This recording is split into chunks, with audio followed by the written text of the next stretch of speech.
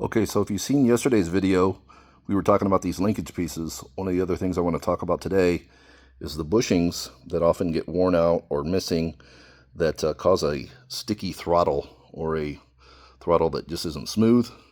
Those are the bushings that go onto that linkage rod that I was pointing out there yesterday. Again, little things make a big difference in how all of this works together.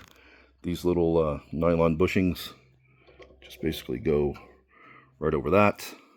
Then your linkage piece goes there. You got another one on top that slides in there. See how that looks? And then of course you got this little E-clip here that snaps in there that holds that. But making sure this moves smoothly will make a difference on whether your carburetor springs are functioning properly, whether your linkage is working properly. But there's several different pivot points here, and this is the first one to check. So now you know. Thanks for watching.